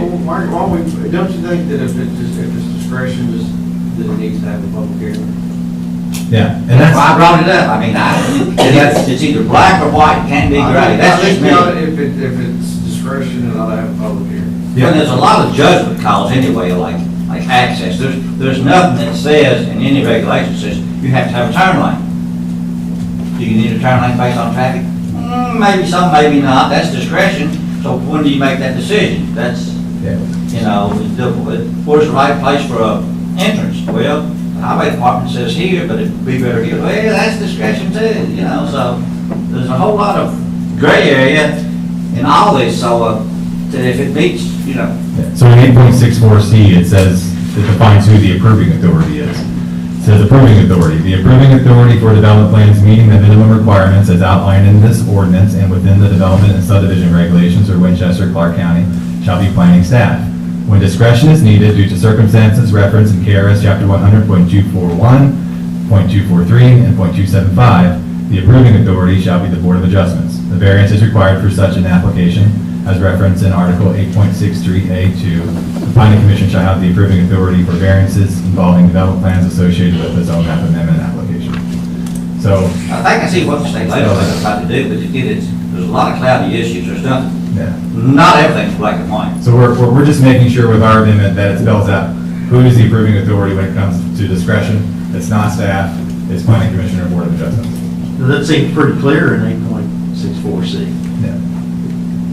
And I think the statute lets us do that. And I think 9 times out of 10, the municipalities are gonna always say discretion is gonna be applied by one of the boards at a public hearing, not by staff. 8.64C. But it's gonna also make it more streamlined for those applicants who are submitting a standard application, a uniform application that meets all the requirements. These will no longer have to go to Planning Commission. They'll no longer have to wait months for those approval. They can be approved in-house, and I think that's a good thing. I think we're moving in the right direction with that. That's the one advantage I've seen to this and what the legislature was trying to do. And I get what they're trying to do, and I get what you all are trying to do, which is streamlining the system. That's what the legislature was trying to do. And we, again, as you noted, and I agree with Rob, I mean, some of this stuff, the commission can always come back and ask us to tweak this thing, in the city to tweak, you know, in the months to come as we see how this thing's going. But I will say this, I think Rob will attest to it. I mean, we are seeing an uptick in not only current development, but potential development that is on the bubble. TRC the other day, WMU representative says they're getting calls all the time from people about sewer capacity, water, access, for potential developments. And I mean, some of which are on pretty big scale. So I'm not saying that should influence whether you oppose or, but I think trying to streamline this is the right direction. And that's why I'm okay with this, and I'll make a motion we approve it. I think we already got a motion on the floor. Oh, do we have a motion? I'll withdraw that. Yeah, and I think it's just good, I think that streamlining is so important, but also the transparency, so you can juggle the transparency with that. Because that's what the public's looking for. I mean, we I think it's good. I can amend my motion because we can tweak the verbiage in here between this and the second reading. If you want to do that. Yeah, why don't we do that? I will rescind my motion. And if you guys like, I can have the planning commission attorney type up information concerning, the appeal process and where it can be added in this text. Okay. So you can add it before the second. I think that's. That was mine. That way we can go ahead and get the first. Because I got no problem with streamlining, I just want to make sure that everybody knows what's happening, and how they, that process. I'd like to approve the first reading, get that started. I mean, you all need to get this adopted eventually. I'll second that.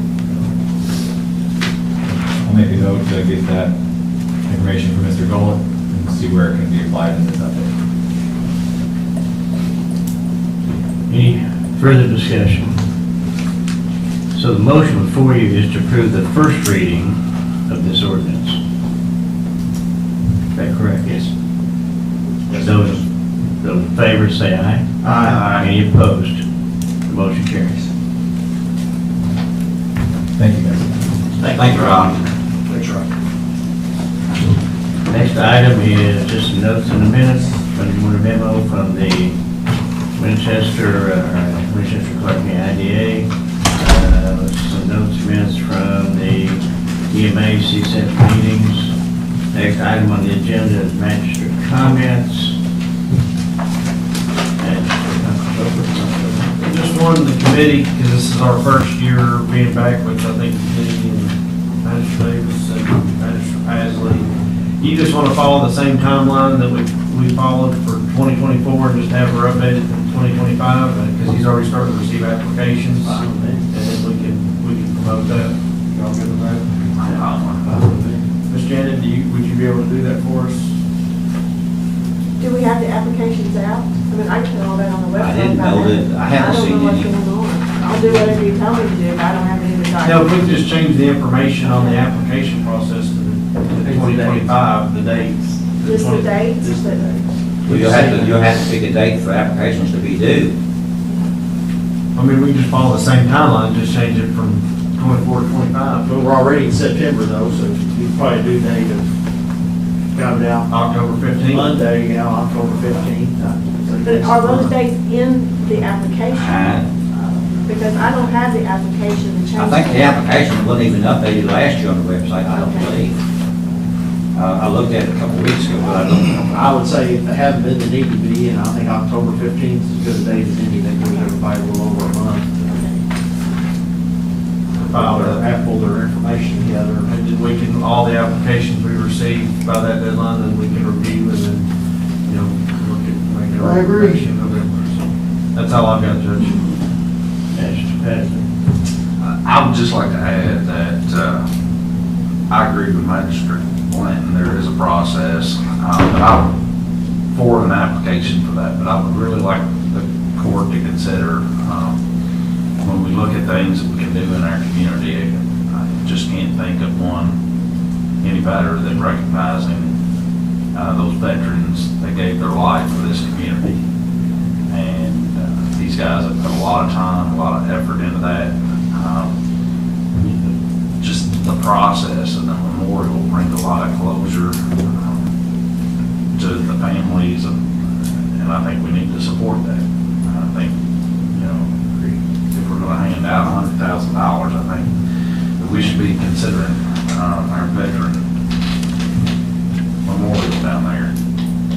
also just want to thank the fire department for what you do. Thank you for your presentation today. Again, I support, as long as you can do it within your budget, I support what you brought to the court today. I hope to see that on a document that we can take up the next time. And I hope moving forward, as we go to the end of the year, USI will be in here again. I would really like to see us putting this money into a separate account like they've suggested, so that we can build that reservoir to get our county employees some sort of family health care benefit. And I hope to see that, as we move into the healthcare season as well. That's all I have. Mr. Craig, I don't have anything.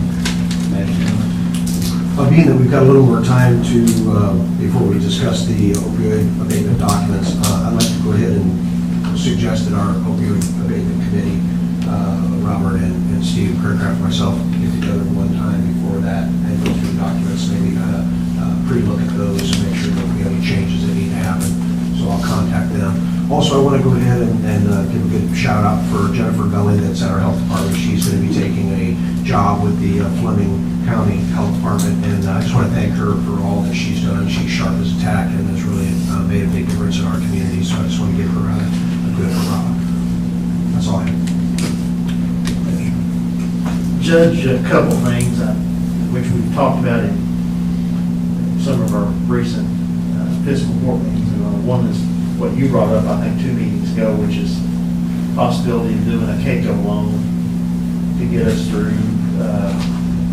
tax season in October, early November. Where are we on that? Or are we going to pursue that? Well, that's my question. It's going to take, you're referring to the train loan, the property tax loan. Well, right, whatever. That's the quickest one you can get. And that will take 2 to 5 weeks. Well, I mean, I think We'll be getting tax money almost by then. so late October. Mm-hmm. I mean, I'll defer to you and the treasurer, Judge, if you think we can muddle through the next 30 to 45 days, and be able to make payroll and One pay thing bills. is, if you apply for the loan, you get the loan, you can always use the money to pay the loan back. Now, the big question is, with the debt that the county has right now, with the property taxes, I know there's a lot of the tax money that's already committed. Will there be enough to pay all the bills from the end of the year going on to the end of the fiscal year? That's the only big question. What do you mean debt that's committed to? Our tax Well- revenue is $2.8 million. Right, but with our KECO, workers' comp, KECO all lines, our PBA contribution, things like that, that money will be coming out of the property tax money. But not near $2.8 million. No. Okay, so we don't have we don't have extreme debt on that $2.8 million. It's not debt, we're just extending it, or we're dragging out the payment of the And workers' comp and those things, so. well, and we've not received the EMS bill from the city for the last quarter of 25, or I think the first quarter of 26 is coming. So I guess what I'm saying is it may be a good idea to go ahead and apply for the Tran loan, just in case you need it. I thought we had a consensus, like 2 meetings ago, I think we talked about either at least 300,000 or 400,000, or maybe 500,000 to get us over. Well, I don't think they'll do it, I don't think, for under $1 million. Well, if you're talking about the one RJ, if you're talking about the one that Compass Municipal, that time frame was not gonna be 2 weeks. I think the quickest was maybe 6 to 8 weeks, which then that puts you, because I had that conversation with them. I thought this was something different in regards to that, but. Well, I think my understanding, the original discussion was, it's the tax revenue anticipation note, they call it. If that's the one that would be the quickest, and once upon a time, I heard comments made about financing the fire truck and the fire station. That would take a very long time to do. that would be at probably 3 months, from my understanding. Well, what do we have as far as revenue goes? I'll ask the Marys. Do we anticipate any considerable revenue between now and the end of this month, early October, mid-October? Even a ballpark?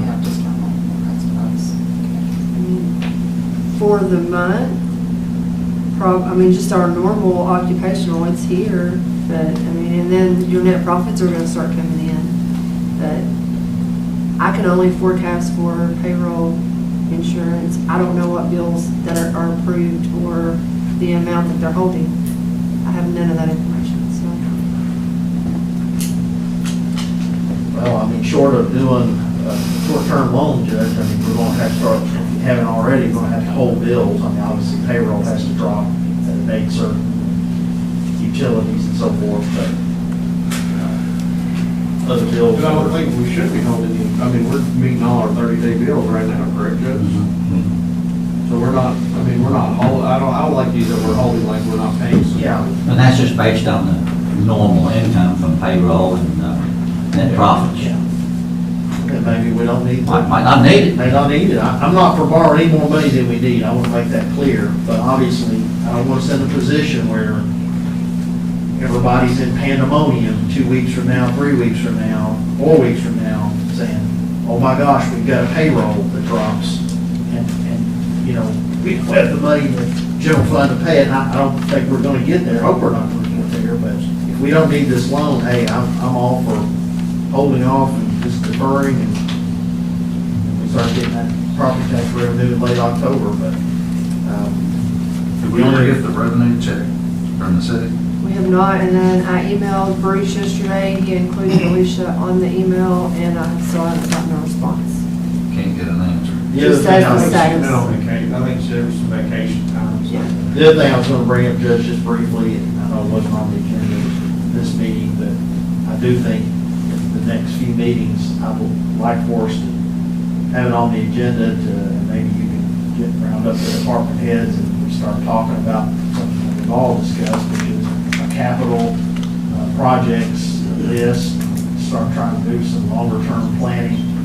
I looked at the jail report, I'm sure everybody else did too, and evidently they've got considerable plumbing issues over there. The plumbing system's failing, getting ready to fail. They need the HVAC cleaned, which is going to be a considerable cost. I know the fire department's got the wall there, Barnes Drive, and then also the Cascade system, which we pulled out of operating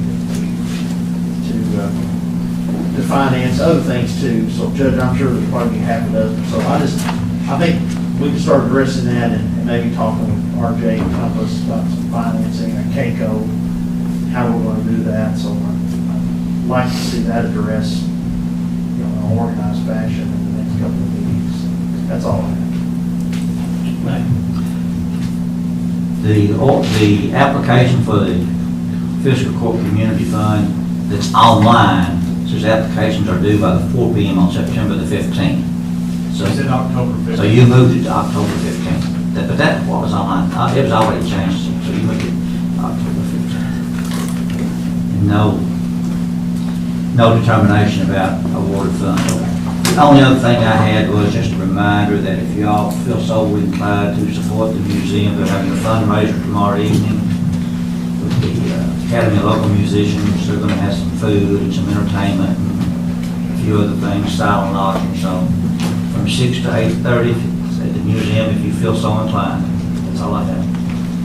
Next item on the agenda is adjournment. So moved. Second. Aye.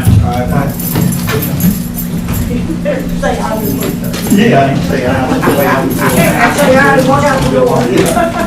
Something happened. Hey, she's